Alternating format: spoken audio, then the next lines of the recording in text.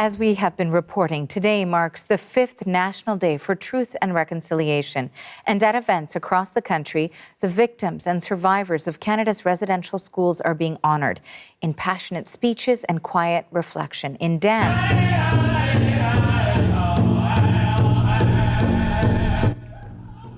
This is a look at Toronto City Hall, where a sunrise ceremony kicked off events, followed by performances and a number of speeches.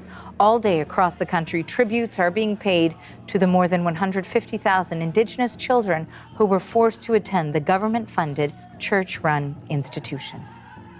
And the CBC's Deanna Sumanac-Johnson is at an event in Toronto. She joins us now live. So, Deanna, what's happening where you are? Arthi, when we spoke earlier this morning, you saw an auditorium full of kids in their orange T-shirts. Not normally a very captive audience, but I can tell you they were absolutely captivated by author David A. Robertson. It's the reason why they were here. By the way, the event has wrapped, so that's why it's so quiet behind me right now.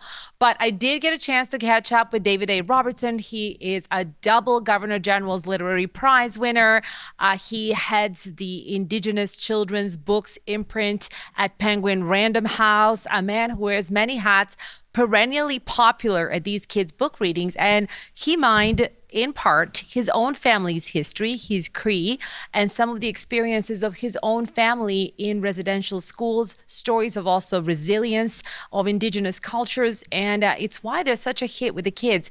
I got a chance to ask him why it is that children seem to often be the most receptive audience to the stories about what happened in residential schools, and also how we can move towards reconciliation. Here's what he had to say.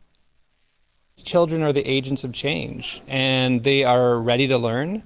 They want to learn, and they're able to draw a lot of complex meanings out of text and out of stories. And the things that they do with that knowledge is incredible. You know, the actions that kids take, the questions that they ask, the engagement that they have. That's where, you know, you have a choice in life, whether you're going to be pessimistic about the future or hopeful for the future.